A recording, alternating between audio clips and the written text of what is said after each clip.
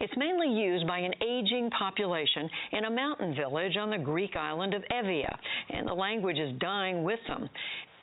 Then you encounter the unique voice of Kyriaki Yanakari, trilling as clear as a bird, chatting to her distant neighbors.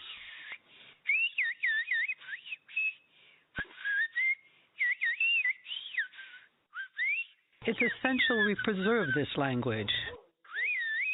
We have to keep it. This is the way we've grown up. Experts believe the language dates back to ancient Greek times. Now that clip was courtesy of PBS NewsHour. So humans use this technique. Why wouldn't near-human species? If that is in fact what these things are. And with the knowledge of the whistlers of Antino fresh in your head, please take a listen to another portion of the Sierra Sounds by Ron Moorhead and Al Berry.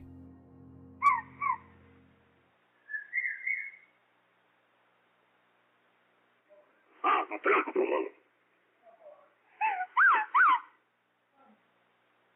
on now. Don't be bashful. Come on down.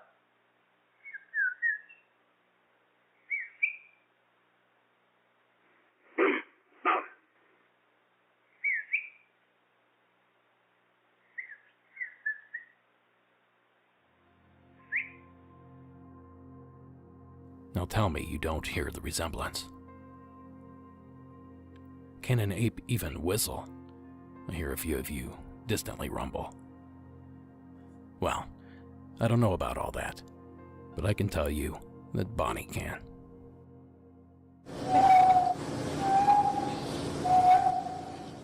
Isn't that something? An orangutan at the National Zoo has a very unique talent. She can whistle.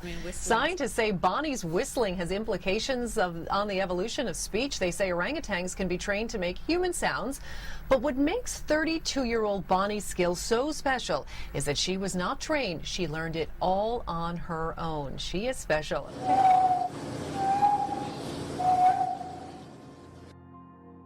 Now that clip courtesy of ABC Nightly News. And I'll be damned if Bonnie's lonesome tune doesn't sound oddly similar to the others we shared here tonight. Now I can't say that Bigfoot does exist, let alone if it can whistle. But plenty of witnesses like Sheena, swear that both claims are true. And if these recordings are anything, they're at least thought-provoking. So thank you again, Sheena, for the entry. And if your area has any, I'd love to hear some hometown legends from Arctic Circle, if you wouldn't mind calling back in. And that's going to do it for this episode. Monsters Among Us is written and produced by me, Derek Hayes. Additional support is provided by Sarah Carter Hayes and Addie Lloyd. All audio used in this production is done so under the protection of fair use. And if you'd like to keep rolling with the mysteries, join us on social media. And the terrifying score that you hear this evening was provided by Co.AG Music and Carl Casey at White Bat Audio. Thank you so much for listening, and until next week.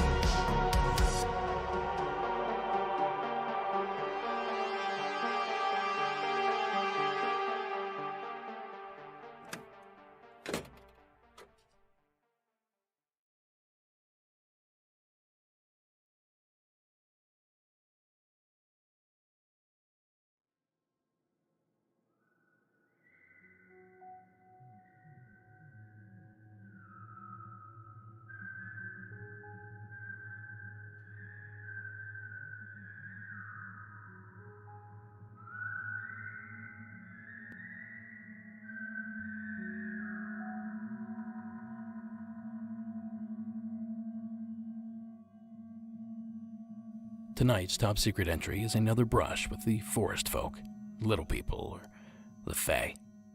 Whatever you call them. Anthony from Massachusetts seems to have first-hand knowledge of their existence. Hi, my name is Anthony. I'm from Cape Cod, Massachusetts, and this happened, I'd say, end of summer 2019. I have two sons. We went for a hike in the woods, and I was messing with them, actually telling them a story about the Fae folk. And funny enough, we were on a trail. It was just after we had been hit by a tornado, which is weird enough for the area already. And we're in the trail, and there's trees down, and we kept pushing through this hiking trail. It's real close to my house, so I'm not, like, strange to it, but it was a new one I've never been to. And we just keep pushing. The trees are down, and the thorn bushes and everything starts getting real thick, and I'm joking with them about stories about the Fae folk, and we keep pushing and pushing. We're 2 hours into the hike, and I reach into my pocket, and I realize my keys are gone, and this is my jacket pocket. There's no way I would have just dropped them and not noticed it. So I tell the kids I lost the keys, and they're freaking out. We're walking back and forth up this trail, up and down this trail, up and down this trail. And mind you, we were cracking jokes about the Fae folk the whole time, like, oh, we're not scared of you. Long story short, it got dark, and we're panicking. We couldn't get to the car. The car was locked. We didn't bring food, water, anything. It wasn't like we were in the woods, but my kids were younger, and out of nowhere, we're walking the trail back to go to the car to just regroup at this point. We'd given up looking. My son finds the keys, eye level, hanging on a tree branch right in front of him, and just instantly started crying. I got the chills instantly. I got the chills retelling you the story, but I don't know much else about it. I definitely don't disrespect the woods or the spirits of the woods anymore when I go in there. That's all. Thank you. Thanks, Anthony. You know, it seems like the panic of losing your keys may have got the better of you, and I completely understand. One of my favorite things to do after we return to the truck after a super long hike is to pretend that I lost the keys on the trail somewhere. The panic in everyone's eyes is always priceless. Believe it or not, I'm not all that popular on hiking trips. And finding the keys on a branch honestly isn't all that weird. I've seen other lost items hanging on branches in hopes that the true owner will pass back by and find them hanging there. But I will admit, keys are an odd thing to leave like that. And as easy as it is for me to dismiss some of this, I think it helps keep the story in perspective to mention that this region of the country is infamous for its very own short, stubby, mischievous forest person. You know, Anthony and his boys were hiking through OUIJA country. The OUIJA are a tribe of cunning, evil, and mysterious troll-like creatures who are said to have haunted Native American tribes for hundreds of years. They would steal people's weapons and tools and clothing. Sometimes they would start fires. And then they really became not just a nuisance, but very dangerous. They started kidnapping and killing the Native children, and they drove the Native people into the forest and then killed them. Despite their small stature, the OUIJA are menacing creatures. According to legend, they possess the ability to shapeshift, to create spontaneous bursts of fire, and to attack their enemies with a wide variety of poisonous weapons. History has shown that the OUIJA doesn't give up. Certainly over time, many people have had minor injuries, but there's also reports of death, either by what seems to be an accident and could easily have been OUIJA involvement, or from suicide that the OUIJAs seem to have influenced. You have a wide range. Whatever the OUIJA's in the mood for that day, that's the destruction that he lets loose. Now that clip courtesy of Animal Planet's Freak Encounters. Now personally, I don't put a ton of stock in the OUIJA legend, but man, is it a fun story to share. So thanks again, Anthony, for the great little entry. And thank you for sticking around to the end of the show. Have a good night.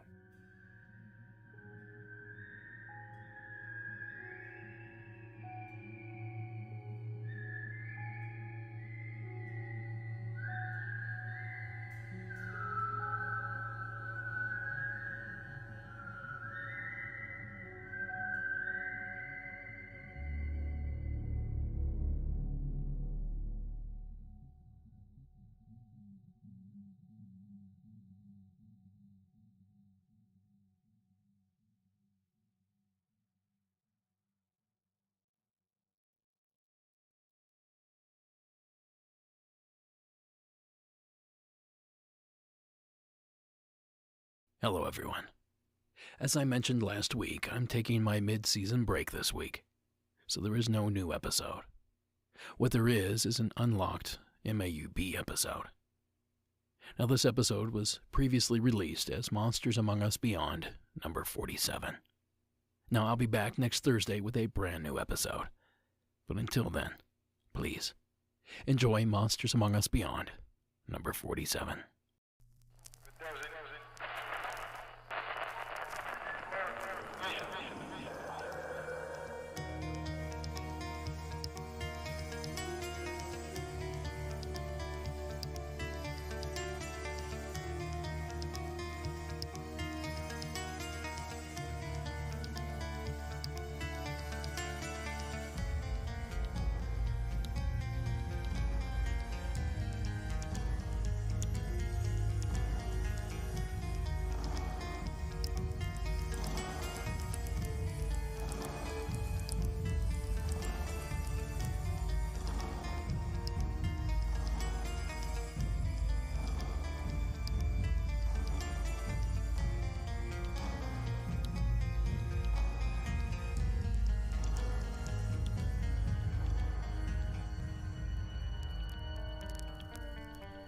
Good evening and welcome to Monsters Among Us Beyond, number 47.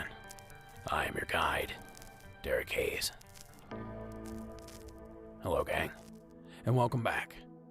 It's been a spell since we've rendezvoused at these coordinates. Now I have a great little show lined up for you guys this evening. One that is jam-packed full of all sorts of ghost creatures and other unsolved mysteries. So let's waste no time in getting started. To kick us off this evening, please welcome Aaron from the state of Oregon to the program.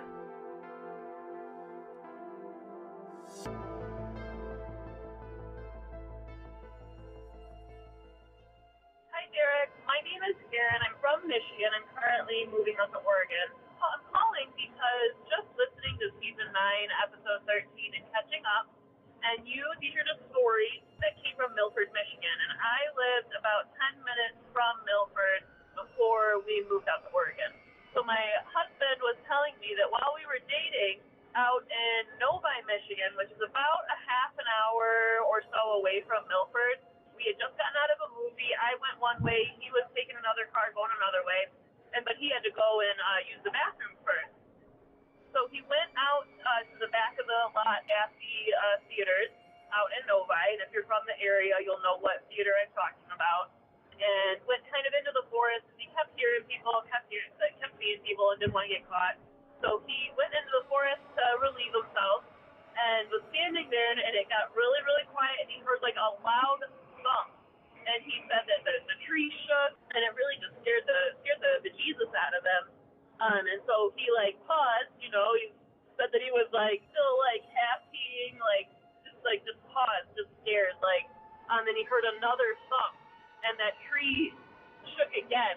So he started to back out, just like that story that you featured in Season 13, like that father did, just started to back out real slowly and walked away.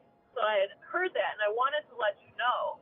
And then I went and told my husband about hearing that story about the man in Milford, and he told me too that he had a coworker who lived in Milford who him and a bunch of his neighbors kept hearing screaming, just like a horrible eerie screaming noise, like in the woods and stuff nearby their home in Milford.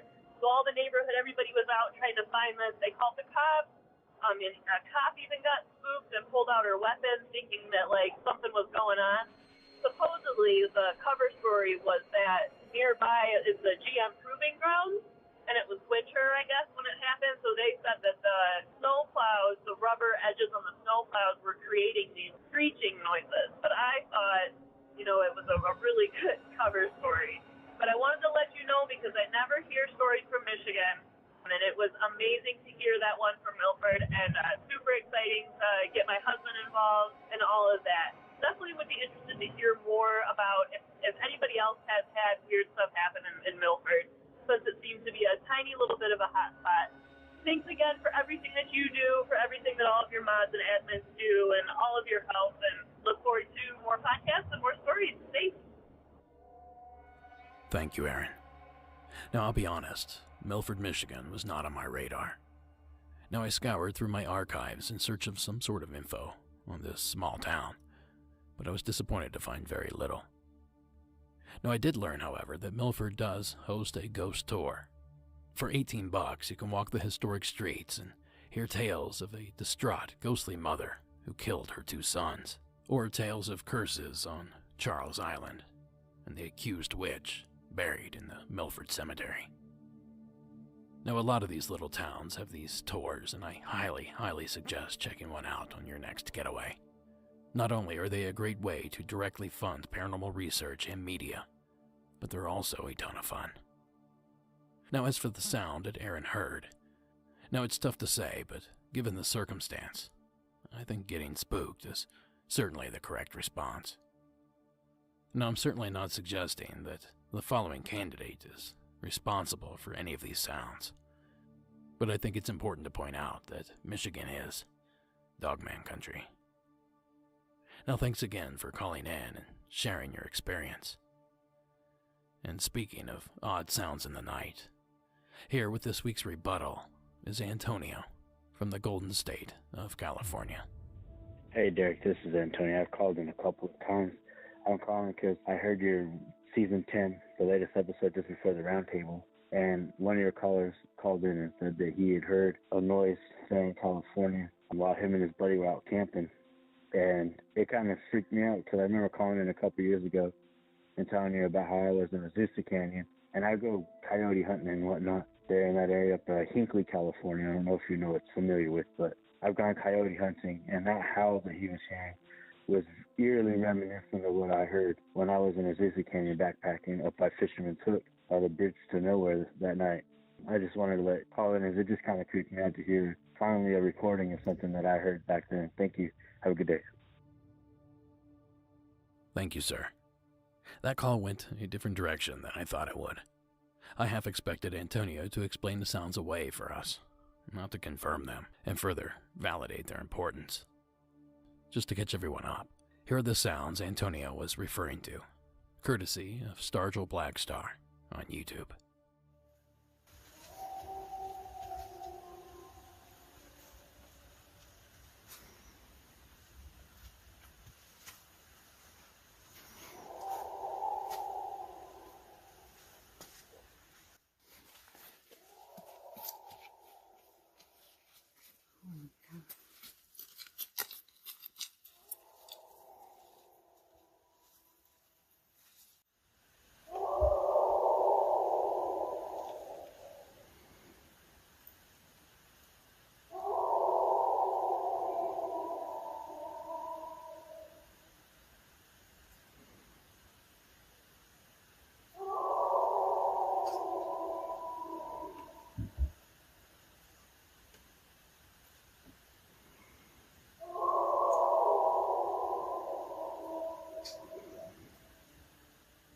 Now, like I always say, it's easy for me to sit in my comfy studio and dismiss some of these spooky sounds as known animals or other explained phenomena. But it's another situation when you're actually out there, alone in the darkened forest with whatever is making this sound. Thanks again, Antonio.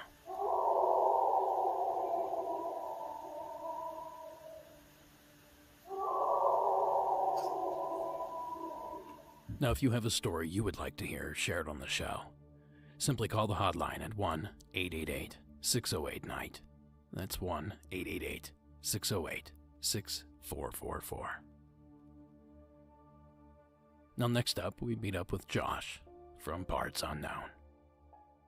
My name's Josh. I have a few paranormal stories for you I'm going to give you, and you can play them in whatever order that you like, but I'm going to start from the beginning. When I was in about 7th grade, I kept hearing about these kids playing Ouija board, and they're just coming back with all these wild stories and kind of ghost stories about all the stuff that was happening at the girls' house where they were playing it. So I kind of wanted in. I'm a naturally curious person. And my number one thing I wanted to do was just test this thing, because everybody was so adamant about it and how it worked, and there's ghosts, and the oracle spells things, and I thought it was so fascinating. This is before the age of the internet, so I couldn't really just look it up. I had to see it for myself. So So I go to this girl's house, and I'm watching them play, and I remember at one point, I asked if I could play, and it was just doing like the typical, I think, stuff that kind of comes from our own consciousness, my house, get out, blah, blah, blah. And I put my hands on, and I remember feeling almost like a tapping at the bottom of the oracle. And it was almost like, it was literally like somebody went on the underside of the oracle and tapped on it a couple times. And I said, that's weird. And I remember it kind of going, and I don't remember what it said, but I remember it started to get a lot more complicated.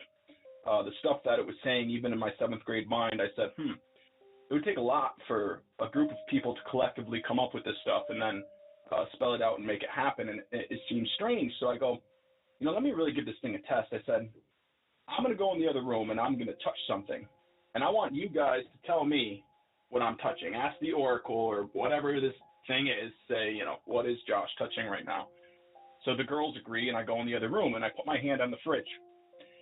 I'm in the kitchen. And I go, okay, go. And they start spelling out as it's spelling. They go F-L-O-R-I-D-A, Florida. And I go, that's ridiculous. I'm touching a fridge. And I look at my hand, and my hand is touching a magnet, and the magnet is in the shape of Florida and says Florida across it. I immediately looked. I looked out the window behind me. I looked to my right in the living room. There's nobody there. I went into the room. And I was almost angry because what had just happened was so inexplicable. That's the first of a long journey and sequence of events having to do with the paranormal. So I'll call on with another one. Thank you, Josh. And I'll tell you this.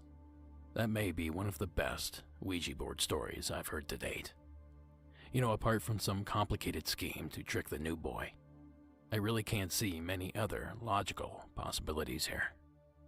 Now, as I've expressed on the show in the past, I love the lore and aesthetic of the Ouija board, but I really don't put a lot of stock in them, as far as paranormal activity goes. Now, Josh here is doing his best to challenge that belief, and for that, we thank you.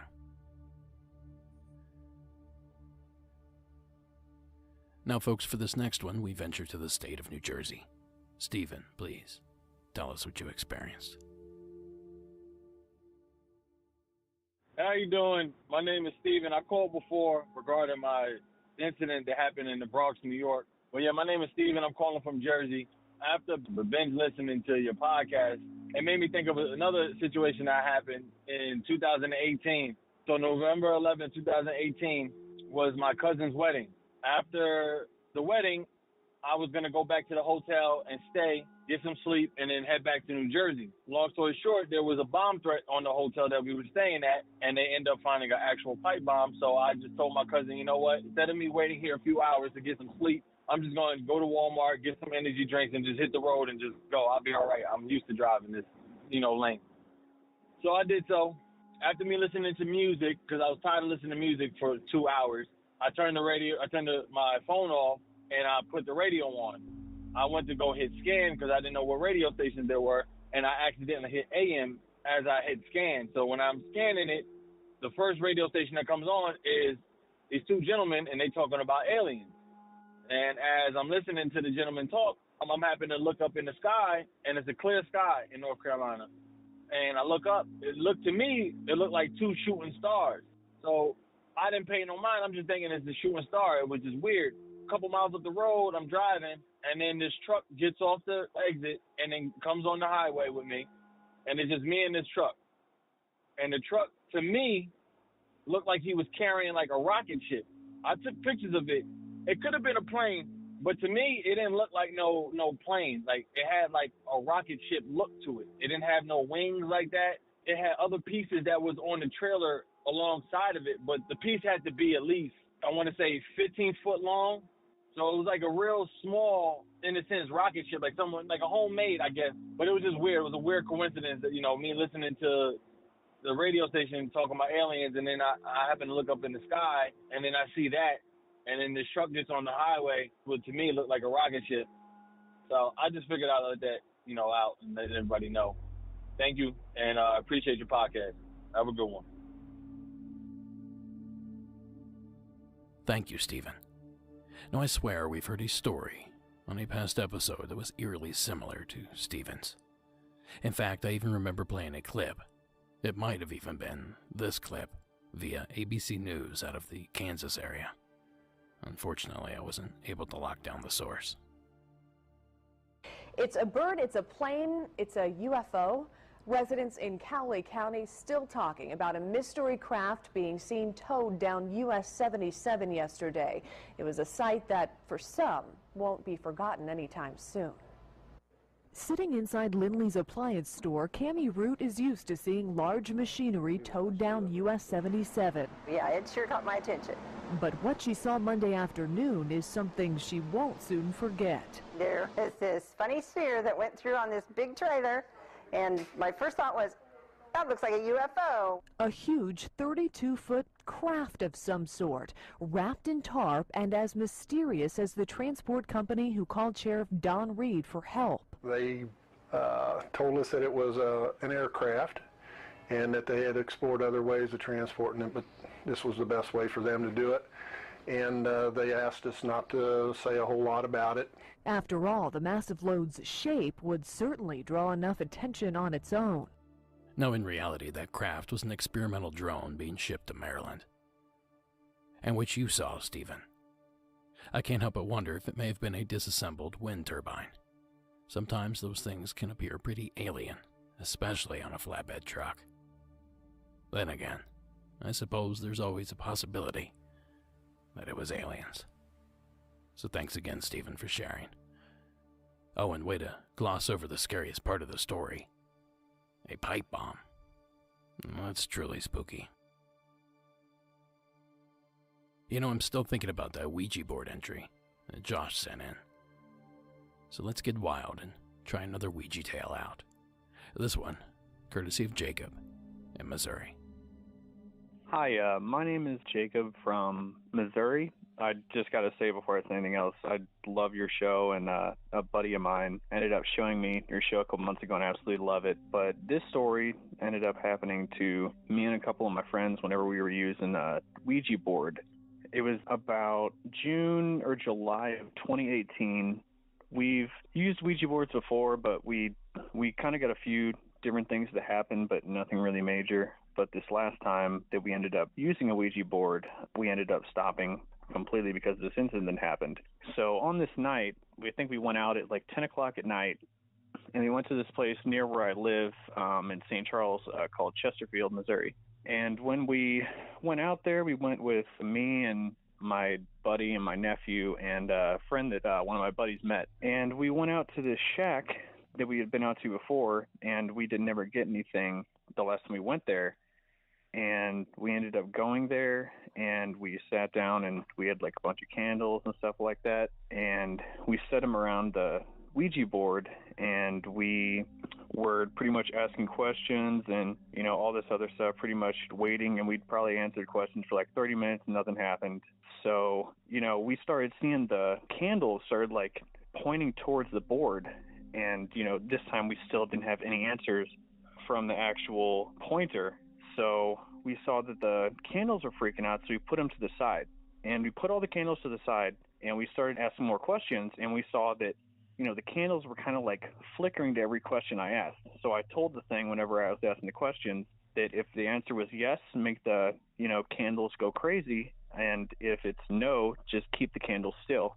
So every question that we asked, when it was a yes, it would kind of go crazy. If it was no, it would stay still. So I thought some of my buddies for a while were messing with me.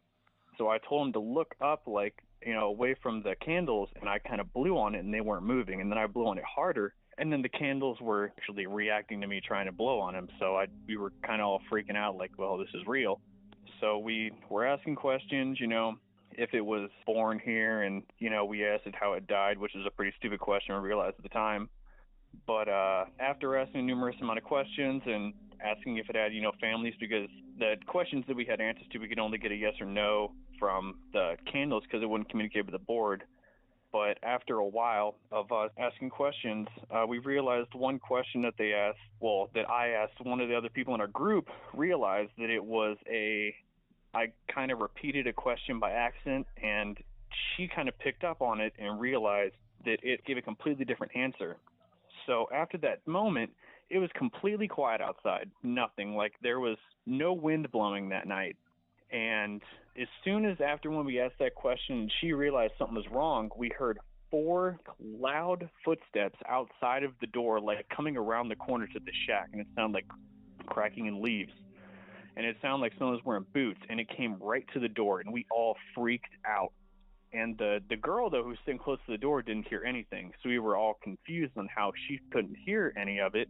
But as soon as that happened, we grabbed the board, we blew out the candles, and we straight booked through the door. Because, I mean, the footsteps were right outside of the door whenever, it ended up stopping, and there was no sound at all out there. So we booked it back to the car and, left, and that was the last experience with that, because we stopped using the board after that night since it freaked us out so bad. So I appreciate, listening to the story, and I think you're really doing a great job with your show, and talk to you later. Thanks, Jacob. Another great call. I find it curious that we hear the same elements in all these Ouija board stories. Candles flickering, odd communication, and eventually footsteps to the front door. Now, I grew up hearing a very similar story from my aunt, who apparently summoned my great-grandfather one rainy night back in the 60s.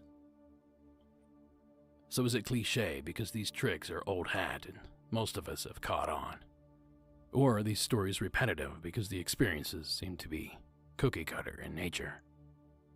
Regardless of all that, I think the Ouija board is a beautiful work of art. So thank you again, Jacob, for telling us about your experience. Now on to something almost as strange as seeing your own face on a t-shirt. A disappearing car.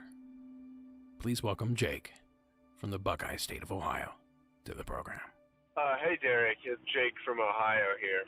I've called in a few other times. I was on the Outdoorsman episode, which was really good, by the way. It was a great episode. But anyway, it's my last story that I really have.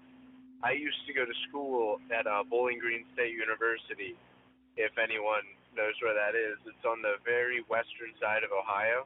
And it was about a 3-hour drive for me to get from there to home. And I made the trip, semi-regularly every month or so. And one time, I believe it was early November of 2017, and I was coming back from my house back up to school. I'm driving on 75.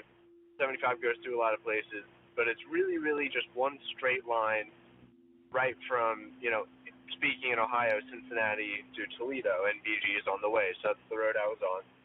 And clear night, it was cold, but, no fog or anything. It was dark, so it was probably around 9 p.m.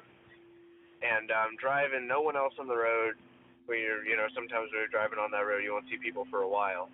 And so I'm just driving along, it's dark, and in the distance behind me, in my rear view, I see headlights, and they're coming really fast. And these headlights, I'm wondering what's going on. Hopefully they're going to pass me. Maybe it's just some guy really driving fast. But these lights came up still. I would say they're going probably 80 to 90 miles an hour. I was probably going about 75 or 80, and this thing just caught up with me, and I thought I was going to die. I thought this car was going to ram right into my, in the backside of my car. And these lights come up. I braced for the impact, and nothing. I looked around. There was no other cars on the road, and I was really freaked out. And, they would have had to, I don't know how a car could have faked that. I really don't. It was crazy. And then 20 minutes later, the exact same thing happened. Same thing. I saw the lights in the distance. They came up right when they were about to hit me. Nothing. They just shut off like a light switch. And but there were no other lights anywhere on the road. I didn't hear any cars. I really have no idea what this could have been. Maybe some sort of like ghost of a car crash. But it really freaked me out at the time, and it still kind of freaks me out. That's one of the weirdest things that ever have happened to me. Thanks again, Derek, and hope to hear this on the show. Bye. Thanks, Jake, and roll along and fight for BGSU. Class of 2005 here, And as a former Ohioan that spent 6 years in that part of the state, I know I-75 quite well. Now, not that I think that it relates to the story, but the infamous Wright-Patterson Air Force Base is actually located just off that stretch of interstate. Now, I had my fair share of odd occurrences on my late-night drives from Bowling Green to my hometown. I once made it home on only half a tank of gas. No idea how that happened. It typically took me a full tank each way. Something tells me that if I could have figured out how that happened, that knowledge could come in handy these days. But as for Jake's mystery headlights, the only logical conclusion I could muster here is that maybe the glass of the vehicle and the angle of headlights behind Jake's car created the perfect illusion, making it appear as though the lights were fastly approaching. Sort of like the camera obscura effect. And for those not familiar, it's essentially a darkened box or even a room with one small hole facing a lighted source. The light projects the image of the outside world through that tiny hole and into the side of the box, or in this case, Jake's car. But this is a theory only, although I can say that once when I had a basement apartment, in Bowling Green no less, I accidentally recreated the camera obscura effect by blocking out my windows with holy trash bags. But again, this is only a theory, so swallow it with a grain of salt. Now, of course, this could be something akin to what Jake suggested, something more ghostly in nature. Either way, thanks, Jake, for the entry.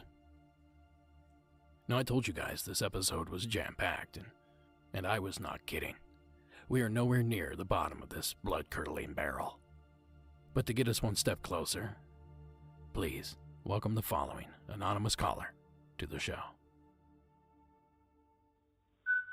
Hey, Derek. Just wanted to submit this story. Happened sometime around May of 2018. I was working in the U.S. Virgin Islands on the island of St. Thomas, and I was living in one of the resorts on the island. A lot of the government contractors working on the storm recovery after Irma and Maria were living in these hotels. So this one hotel was full of contractors. Relatively new place. It was nice, but we were working long 12-hour days, so it was tiring. So it was nice to go back to a nice hotel. I was there for 2 months. I was in one room and then got moved to another run around May of 2018. And one evening, it was probably around 2 o'clock in the morning. I'm sleeping in this king bed. Every day the sheets get changed, so the sheets are nice and tight. And I remember lying on my back and feeling when I went to bed, the sheets, they're tightly around my feet that were pointing up. So, I could feel the pressure on the tops of my toes, and the bottoms of my feet were pointing outwards. So not too far from the edge of the bed, which is probably about 2.5 feet off the ground. But one night around 2 in the morning, I feel like something took 2 fingers and tapped fairly hard the instep of one of my feet. It was really weird. It just felt like someone had tapped my instep. It wasn't anything hitting my foot. It wasn't anything falling. It wasn't anything, sheets moving, because there was just this sheet over my feet. It was something that tapped my foot.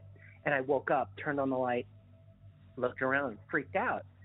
So I go back to bed, and probably a week later, same side of the bed, again, lying on my back, long days working, and I guess I went to bed with on my back, and then I remember I think I rolled over onto my side, so my back was pointing to the edge of the bed.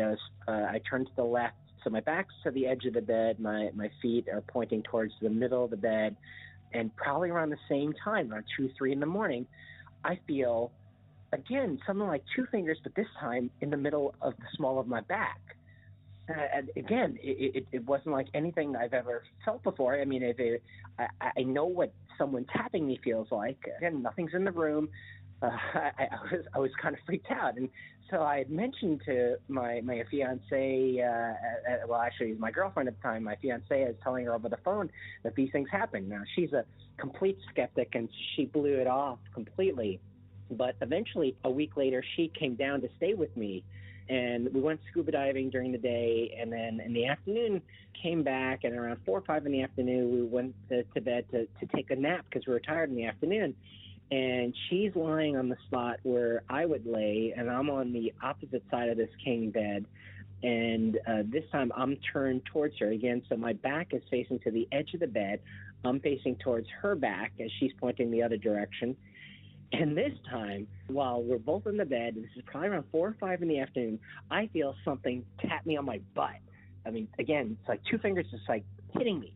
And I jump up and I go, come on. And I wake my girlfriend up and I go, it's happened again. It's happened again. I cannot believe this. And she sees how freaked out I am and goes, come on, you didn't feel a thing. It freaked me out. I mean, this is about 3 times in 3 weeks. I'll say after she left, every night I kept the lights on. I couldn't go back to sleep. I had a hard time sleeping. I eventually left a month later. So, I mean, all I can say is we were working a lot of heavy hours, and maybe I had a few drinks after work, and I've had problems sleeping before. I know what it's like to be restless in my sleep, and all I can say is I don't know what was hitting me, and it you know, by the height of the bed, and either someone's hanging their arm and tapping me with 2 fingers, or it's someone short, like a child, hitting me on the foot. All I know is it was distinct. It wasn't really in my mind. I'm pretty sure I was not dreaming this. I'll just say, you know, I'm sure these resort hotels have plowed over somebody's home or somebody's place or somebody's property at some point. So I can't say for sure what was in this area. I know around it there are relatively poor houses, and I'm sure this is what was there. If not farms were there, sugar plantations or the like were there. But so who knows what past that land had. But I'll tell you, I've always been a believer in this stuff, but I never thought it would happen to me. I know something was tapping me. So I just wanted to let you know that story. I've always been wanting to call in and tell it. Just thanks for letting me tell the story. I love your podcast, and I hope you are able to use this story. Thanks a lot. Thanks, caller. You know, that's the trouble with ghosts.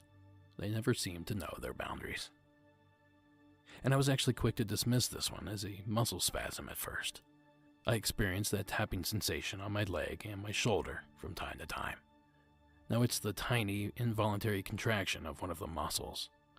And I'll be damned if it doesn't feel exactly like a finger poking you, especially when it happens on my shoulder.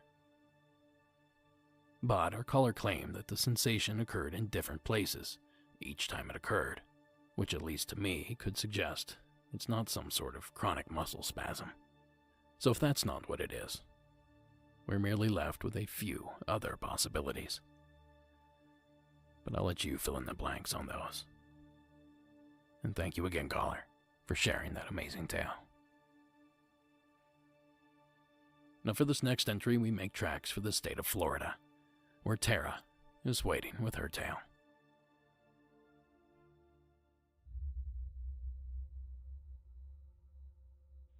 Hi, my name is Tara. I had a weird story that happened to me when I was 12 years old. The year was 1992, and I was going to a summer church camp for a week.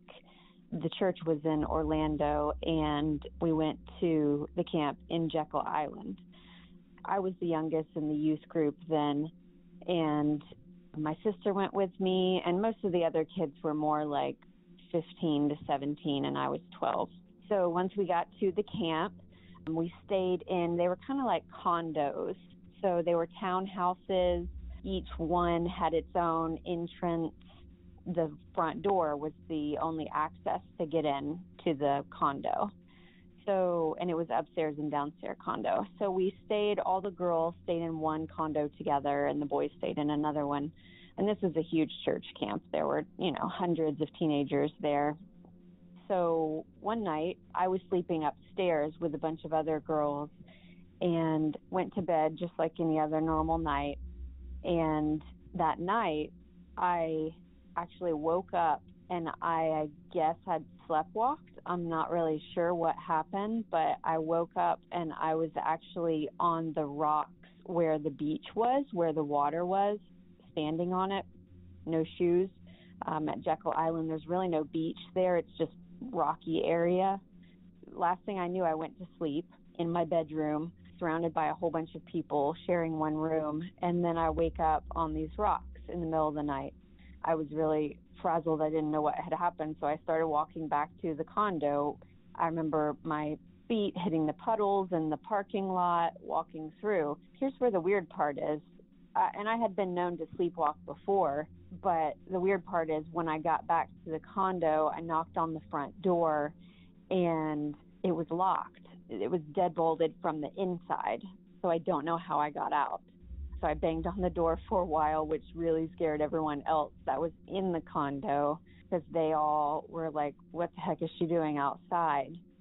So after they opened the deadbolt, they saw me out there and they were like, what happened to you? Where were you? And I was like, I have no idea. I don't know how I got outside, but I just was quite a bit of ways, maybe 100 yards away. And I still have no idea how I got outside. That was the only access was the front door. I haven't had a whole lot of sleepwalking incidences since then, but that one definitely stands out and I have no clue. So that is it. Thank you. Thanks, Tara. Now, I'm honestly not sure which is spookier. The thought of this being the byproduct of some alien abduction process, or that you somehow escaped through a window and walked to the rocks all in your own accord. Either scenario is enough to keep anyone up at night. So thank you again, Tara, for sharing it with us. Now we're finally making our way to the bottom, and the first of the final two comes to us out of the Lone Star State of Texas. Please join me in welcoming James to the program. Hey Derek, James again from Texas. Wanted to tell you an outdoor story. I was kind of the lead researcher in the Grand Teton National Park for a couple of years back in college. It was kind of a big research internship that I did, and it was in the study of urban forest ecology. A lot of the research I was doing was looking at tree and forest regeneration, how the wildlife were using the park and how it affected, how that regeneration was affecting tourist, movement in the park and all those kind of things. And so anyway, I found myself in the backcountry several times. Most of my time, I was actually in the Grand Teton Park. The first research one was in 2010, and I was there for 11 weeks, going all through the backcountry.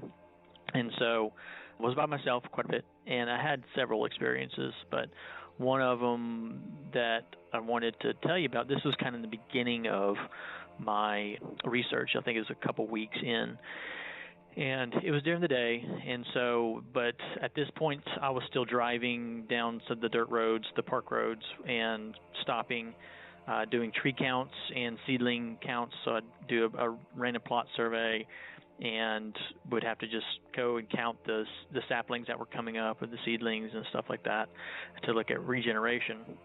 And I went to this one area that had been burned, and now to give you an idea, to kind of give you a visual, the areas that I was in, they were burned back in the 80s, and so there was a massive wildfire that happened in the 80s that burned a lot of the Grand Teton National Park and Yellowstone. So the trees are still charred, so they still have soot and char on the trees, on the bark in these areas, because these were the hottest areas that I was going to. And one site sticks out of my head, still to today. I parked the truck, and again, I was by myself, and I'd go out and do a random plot, and right when I got out of the truck, it just kind of felt weird. When you get out, and I've been to several plots. I had already done quite a few up to this point, but this one it was just different. It felt weird. Anyway, so I went and made my plot and started doing my count, and in the peripheral vision, you start seeing movement, and of course, there's bears there. There's all kinds of different wildlife there, and so you always want to be cognizant of your surroundings. And so I started seeing movement in my peripherals. Well, I started looking, you can't really see. Now, to kind of give you another visual, the areas you don't get a lot. You get some shrubby vegetation, but it's mostly your trees. So there's not a lot of hiding places in the shrubs that are there. You can see through them. They're willows, and so you can see through them fairly well. A lot of bear do like the willow areas, but you can see them moving, around. Anyway, I started getting movement, and so it was just kind of weird. And I tried to, I looked, didn't see anything, went back to doing what I was doing. Kept getting movement, and it just started feeling, you get the hair on the back of your neck standing up. You just know something is around you, and so something is watching you. And I was watching these, or I was seeing these, and I was like, all right, I've got to finish this up quick. So I tried to finish up real quick, my count, but still make it somewhat accurate.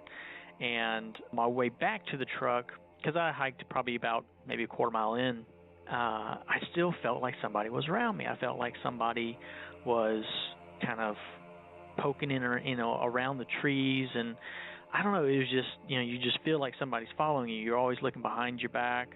It was just one of those feelings. And anyway, I get back to the truck. I see the truck in the distance. I'm like, oh, okay, got it, good. Still feeling it, but when you see the truck at the end of the trail, you're like, yes, I'm almost there. The truck itself is a university truck, so it's white with a big white camper on it. So I open up the tailgate, unload the gear, and just getting there and getting unloaded. Anyway, so I started walking around the truck, and I started noticing different things. And I started looking closer, and there are handprints all over the truck, which is odd because, this is out in a park road. There's no trails nearby. The park roads are closed to pedestrian traffic, so nobody should have been out there. If they were, they'd gotten way off the trail or, whatever. But there were so many handprints, and they were human hand. They weren't like a Bigfoot hand or anything like that. They were human hand. But what was so odd and what made it so, I guess, scary at the moment was that those handprints were black. So they were from the char around the trees. And so, everything started putting together. I'm like, that's what I saw. There must have been something, or I guess spirits or ghosts or whatever you want to call them. There was something that were hiding around those trees, and I guess they were putting their handprint, hands on the tree. And then, anyway, man, it was freaky, and I got the crap out of there, and I didn't go back to that area for the rest of my stay. So anyway, that was one of the experiences I had. It was freaky, but hope you enjoyed it. Hope you can use it, and talk to you later. Thanks, James. Well, that's a wild experience, and I can certainly agree. Creepy as well. Now, my first thought is, why? If someone did manage to make it all that far into the wilderness, why would they then mess with a park vehicle? Then, of course, you have the option that whomever did this may actually live out in this area, maybe even within the park, perhaps even off-grid. Now, I know there are legends of feral humans calling remote portions of the Great Smoky Mountains National Park home, and there are even disappearances attributed to this legend. And of course, there's the thought that ghosts are somehow involved here, and I can't help but correlate the handprints with the symbolism of many Native American groups around the continent. There are plenty of examples of warriors putting handprints on their horses before battle. And lastly, I don't want to dismiss the possibility of Sasquatch as quickly as James did. If Bigfoot is a real creature, one would have to assume that it has to reproduce. So perhaps this is merely the work of a juvenile of the species. That could certainly explain the playful graffiti and the human-sized handprints. Now, I'm afraid I only have questions here, James. but maybe a listener has some info that they can contribute. But until then, thanks again for sharing the amazing tale. And here we are, folks, our final stop on this little ride. And this last one is actually a bit of a double feature. Hailing from the Show Me State of Missouri, please welcome Dee Dee to the program.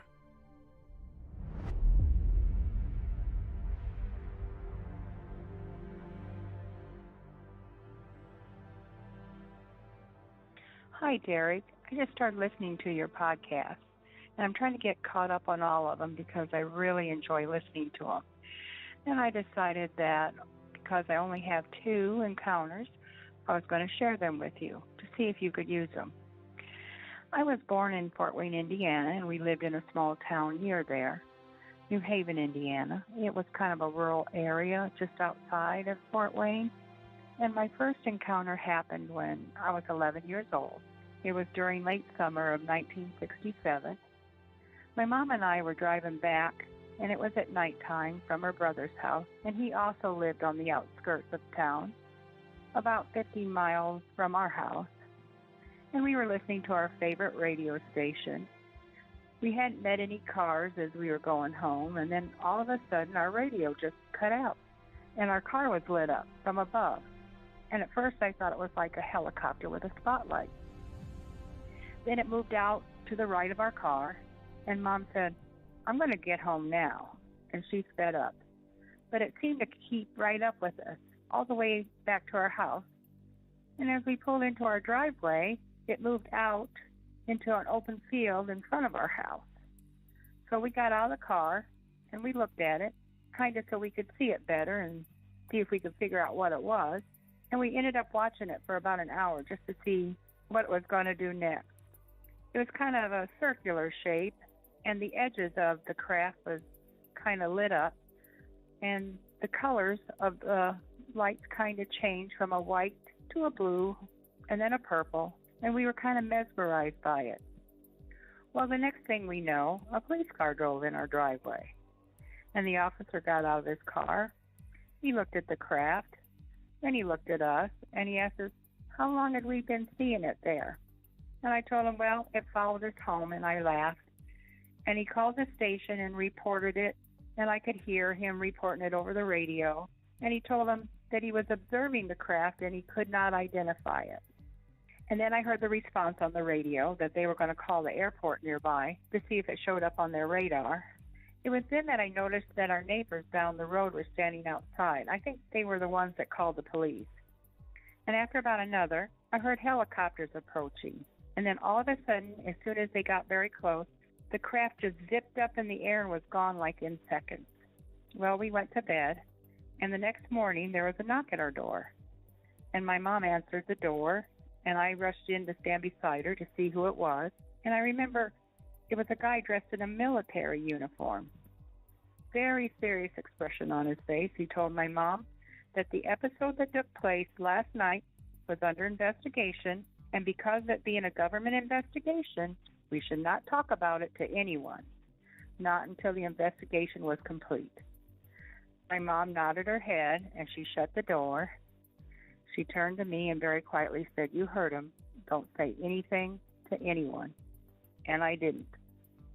But I sure did have an ominous feeling that bad things could happen if I did. And my second encounter happened after we moved from Indiana to a farm in the central part of Wisconsin. We lived on about 120 acres, and it was almost all woods, all except for a lane that drove about a half a mile down to where the opening was in the woods where our house and our barn was. This happened in about 1974, and I was a junior in a small high school. We had one milk cow, and the rest were beef cows in the field. And I usually milked the cow in the morning before I went to school, and then my dad did the nighttime milking. Well, this time my dad had gone on an overnight trip, so I had to do the nighttime milking. And it was kind of later than I usually did it because I stayed after school for a football game. And so it was about 8 o'clock, and it was very dark, and the barn was quite a ways away from the house, so I was very used to animal noises that are out there in the woods at night. because we had gone to Canada several times. And I had just finished the milking and was walking up the driveway to the house, and I noticed all of a sudden it was very quiet, like there was no frog sound, no hoot owls, nothing. It was dead still. And I'll tell you, I got goosebumps. And then I got a chill that something was not right. I felt like something was watching me. So I stopped walking. And all of a sudden, there came a deep, gruntle howl that caused my heart to jump in my chest. And I could tell by that sound that it was huge. And it was nothing, I mean nothing, that I had ever heard before. And so I beat it for the house, and I got inside, and I put a chair in front of the door, but I did not sleep that night. Oh, I tell you. And so I went to school the next day, and I was kind of like still shook up. And my friend, a Native American that lived in the area, picked up on that. And she says to me, "What's up, you see a ghost?" I shook my head, and I said, "No, let me tell you about it." And after I told her, she got really quiet. And she said, "Tell me again just where you live." So I told her, I said, out by the old gravel pit, about 10 miles past that, out in the boonies. And she started whispering, and she said to me, "Let me tell you about the legend of the Skinwalker." And after she finished telling me that, she said, "Never talk about it, because if you do, something very bad can happen." And I could tell by her facial expression she was serious. And I have never been able to forget about it. Just because I didn't see it doesn't mean that it's still not stuck in my mind, that sound. I've always wondered what it was. I never heard it again, and I ended up moving, about 11 years later, to Missouri, and that's where I live now. But nothing's ever happened here yet. That's my story, and I hope you can use them, Derek. I enjoy your podcast tremendously. Thank you. Thank you, Dee Dee. 2 amazing entries. Now let's begin with the eerie growl Dee Dee described. Now, given the location, any number of large animals present could be capable of making similar sounds. But if Dee Dee didn't recognize it, then we have to take her for her word. So then, again, given the location, I can't help but notice that we're in Wisconsin farm country. And that is a place known to be the home of an 8-foot bipedal canine monster many call the Beast of Bray Road. If you're looking for a monster to pin it on, there's your perfect scapegoat. But let's focus back to the UFO part of the story. I did some digging online, hoping to find some mention of a late summer UFO experience in or around Fort Wayne in 1967. I figured if so many people had witnessed it, surely someone had to have spoken about it. Now, I was a bit surprised to find nothing, although there may be old newspaper or radio reports that I simply don't have access to. But the search wasn't a total wash. I was able to find the following experience that took place in Fort Wayne, Indiana, exactly 10 years from the time of Dee Dee's sighting. Now, the following entry was published on UFO Sentinel on April 3rd, 2014. Growing up on a farm 15 miles outside of Fort Wayne, you really have a good sense of what's going on around you due to the very quiet nature of the area. When something happens, you know. Well, one night in 1977, I knew something was happening. I was 18 at the time. I woke up from a deep sleep, just knowing something was going on. There was no sound or anything like that, just a deep sense that there was something I needed to be aware of. I got out of bed and went downstairs. I had a baseball bat with me just in case. There was nothing downstairs, so I went outside. That's when I got the shock of my life. Right in our front yard was what was obviously an alien spaceship, a flying saucer UFO, right in our front yard. I ran back inside, locked the door, and ran into the kitchen, where I had a view of the front yard. The saucer was still there, but it now had a bunch of lights lit that weren't on before. A few seconds later, it shot straight up into the sky, faster than my eyes could follow. I never saw another UFO after that incident. I don't want to give out the exact location since my sister lives in that house today with her family, and I wouldn't want to scare them. I never told anyone what happened that night. I kept it to myself, not to scare people. Posted anonymously. And now I'll be frank. This is dated the same year that the film Close Encounters of the Third Kind was released in theaters. And although it's been a while since I've seen the film, I believe it opens with a child waking up to find a UFO in his yard. Now, I'm not saying that the person that submitted the entry made it up, but we should consider it may have been influenced by the film. Although I think it's fairly important to point out that Close Encounters of the Third Kind wasn't released until mid-November of that year, 1977. Now, this anonymous source does not give a time of year for this experience, so glean from that which you will. So assuming the entry wasn't inspired by Spielberg himself, is there something otherworldly that takes place in that part of Indiana every 10 years? Now, I wasn't able to find any events from 87, 97, 2007, or 2017, but that certainly doesn't mean that they're not out there. Now, thanks again, Dee Dee, for sharing the entry. And thank you, the listener, for all the continued support. And that's going to do it for this episode. Monsters Among Us Beyond is written and produced by me, Derek Hayes. All audio used in this production is done so under the protection of fair use. And the terrifying score that you hear, well, it's Co.he Music and Carl Casey at White Bat Audio. Thank you so much for listening. Thank you so much for being a Patreon subscriber. And please, have a great night.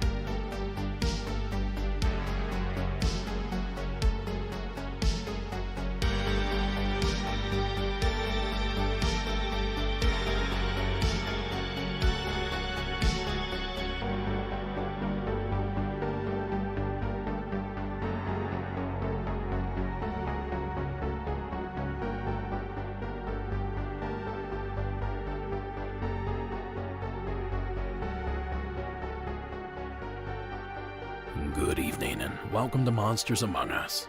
I'm your guide, Derek Hayes. A happy Thanksgiving to all my American listeners. For the rest of you, a happy Thursday. I have a stellar episode slated for this evening. A lineup full of strangeness that covers the entire paranormal spectrum. But before we get started, last week's submission from David in Tennessee really seemed to resonate with some of you guys. Now, you may remember him recounting an experience with an Appalachian healer, a miracle worker that managed to heal a wart on David's finger in a matter of hours. Well, it would seem like he's not alone in that experience. I received dozens of emails regarding the subject of wart removal. And in those emails, suggestion after suggestion, or experience after experience, from people near and far, all sorts of treatments were touted. Duct tape, vinegar, garlic, compressed air. Some people bought warts, some people sold warts.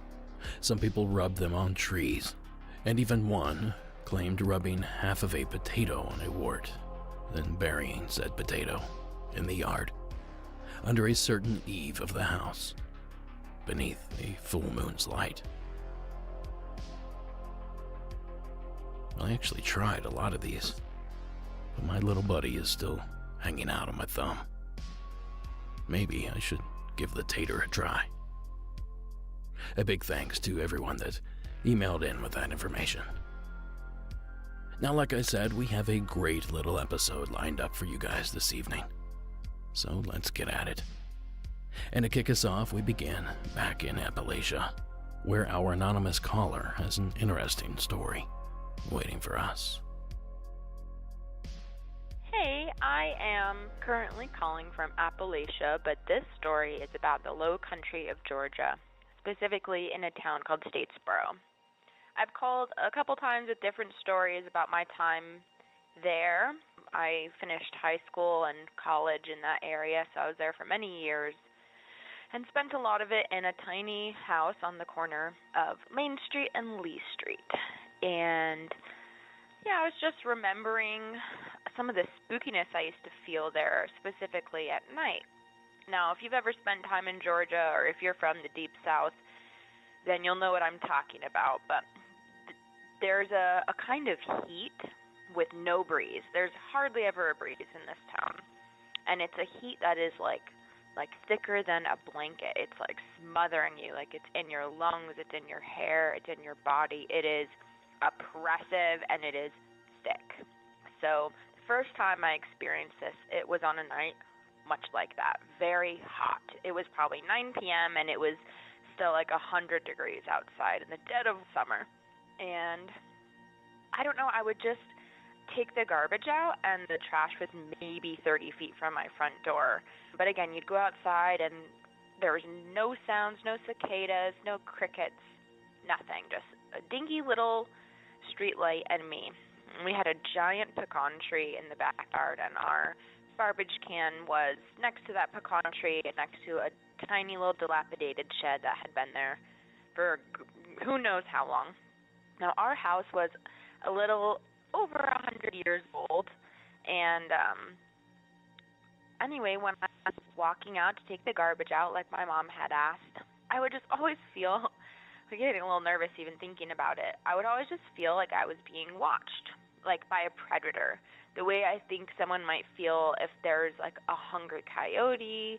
You know, it felt primal, and I felt like it wanted to eat me. But I looked around, there was nothing. And again, this isn't a town with very thick woods or anything. It's not where I lived. So there was nowhere for anything to hide. Maybe a person could have been hiding. But I would get this feeling pretty much every time I would take the garbage out. And so I always look around, I'd stand there for a second, just trying to figure out why I felt so truly terrified. You know, I was scared of the dark as a child, but this was so much more than that because I could see fairly well. The only where I couldn't see is behind the shed and under the pecan tree. And that's kind of where the feeling felt like it was coming from, was the shadows. So I would always run back into my house. And then I don't exactly know why. I think I was just tired of being afraid. And so one time I just felt like I needed to walk very slowly. That when I would run, it would chase after me. I would always get this feeling like just run, close the door, don't look behind you. But when I would walk really slowly, it felt okay. You know, and they say that sometimes with a predator, like the worst thing you could do is run because it will chase you. And that's just maybe that's even something I heard, and I was like, okay, I'm going to walk really slow. And so when I would walk really slow, it didn't feel like it was chasing me. It felt like it was still there. So I really can't explain that. I never found any animals, nothing, no one was ever murdered in this neighborhood. Like, I never experienced anything bad in paranormal or violent ways there. And anyway, a couple of years later, I looked at a map and saw that the neighborhood I was living in used to just be fields. It was my house and my best friend's house a couple doors down, and that was it, just open fields. And the pecan tree. You know, this is a town where there was very likely a lot of slavery going on. It's a big cotton town, a big peanut town, sunflower growing town. It is farm town. It has a large university, but the population of the town itself is, I think, like under 10,000, maybe even 5,000. So anyway, I know too that like in Sherman's March to the Sea, he did not set Statesboro on fire, mostly because he couldn't find it. So it's also a town that was somewhat undisturbed by the Civil War, and I don't know, I've just always had some really weird experiences there. Another time in this same town on a similar night, a few miles down the road, I was coming out of a friend's house in dusk, as night was falling. Again, very oppressive, thick heat, no wind, hardly a sound. And out of the corner of my eye, I saw something perched on the hood of her car. And I thought maybe it was one of my friends. It's a small town. We all knew each other. It was very often you would just run into someone on the sidewalk or the street, and you'd just join up and hang out. So I thought maybe it was one of our friends. But I was actually in the middle of cleaning my glasses, so I looked back down, finished cleaning them, put them back on, and looked up, and there was nobody there. So the weird thing is, I can hardly see at all without my glasses, but when I had looked up, again, just briefly glanced and saw a being there, it was very clear, clearer than it should have been, actually. And when I looked up the second time and it was not there, I kind of reflected back on what I'd seen out of the corner of my eye. Sometimes you'll see something and you don't really process what it was you were seeing until a moment later. Your brain just kind of interprets it for you, and you're like, oh yeah, okay, must have been my friend.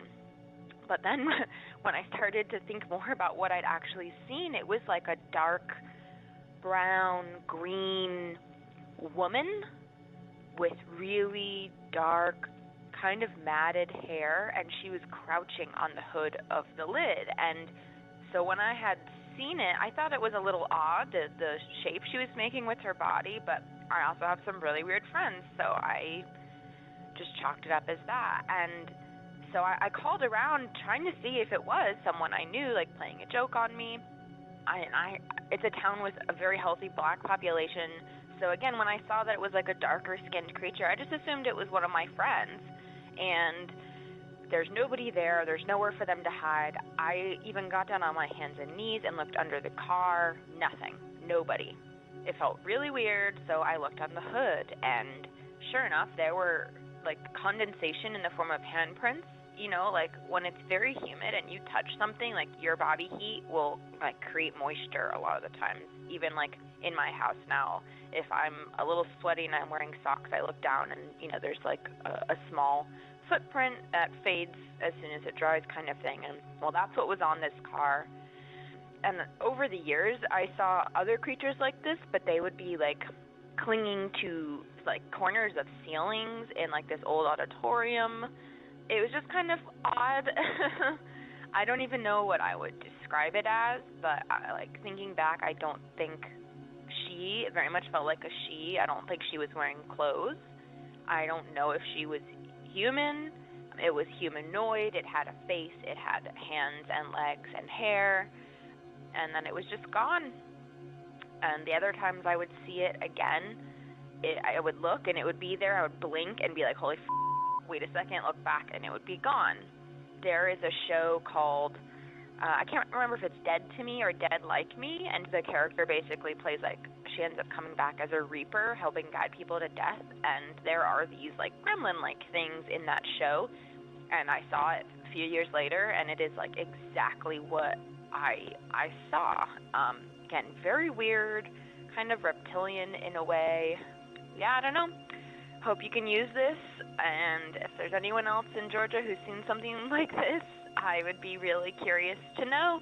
Anyway, have a good day. Thanks, caller. Now, if I'm not mistaken, it kind of sounds like our caller may be working on a They Live reboot. I have come here to chew bubblegum and kick ass. Those that have seen it will get it. Now, this call is certainly a wild one. If the caller's assumption is correct, and she did see some sort of reptilian creature, are we to think that they're always out there, hidden amongst the human race, as the legends and stories suggest? Well, even for this program, that seems a bit far-fetched. But it is worth noting that plenty of others have reported similar encounters across these United States. But longtime listeners of this program may remember another Georgian mystery of the reptilian variety. Of course, I speak of the Georgia Raptor. There is only one recorded sighting, but it is known as the Georgia Raptor. On July 25, 2008, an 18-year-old man and his grandfather decided to spend time together by taking a nature walk at 3 p.m.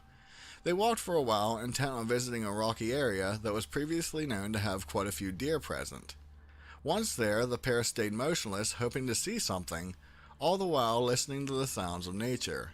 Not long after this, they heard an odd, indescribable sound emanating from the forest, followed by heavy footsteps.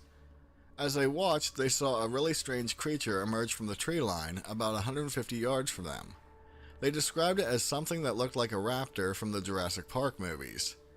It was about 5 feet tall at its shoulders, had a long stiff tail, walked on its 2 muscular hind legs, it had 2 short arms, and both limbs had prominent sharp claws. To tie with the movie, it also had a sickle-shaped claw on its feet. Both men stayed absolutely still, since they assumed it could run fast due to the musculature of its legs, and it appeared capable of harming them. As they watched, it lifted its head and sniffed the air for a while, then made another sound and ran off into the bushes. From that moment on, the man now states that he is convinced that there are creatures out there that science has yet to identify. Now credit goes to Ben Miller on YouTube for that clip. I think a surviving raptor in the woods of the Peach State is just about as likely as a secret takeover of fierce reptilian creatures. But that original report does fascinate me, assuming they didn't create the account out of whole cloth. What could they have possibly seen that could have explained the wild description the witnesses delivered? But in my research, I did uncover another Georgian reptile that seems to be popping up where it doesn't belong. An invasive species known as the South American Tegu lizard. They've been on the hunt for the Tegu lizard, who are being found in great numbers in the Toombs and Tattnall County areas. They have trapped them in an aim to cut down on its population, which can be as much as 30 offspring at a time. We're worried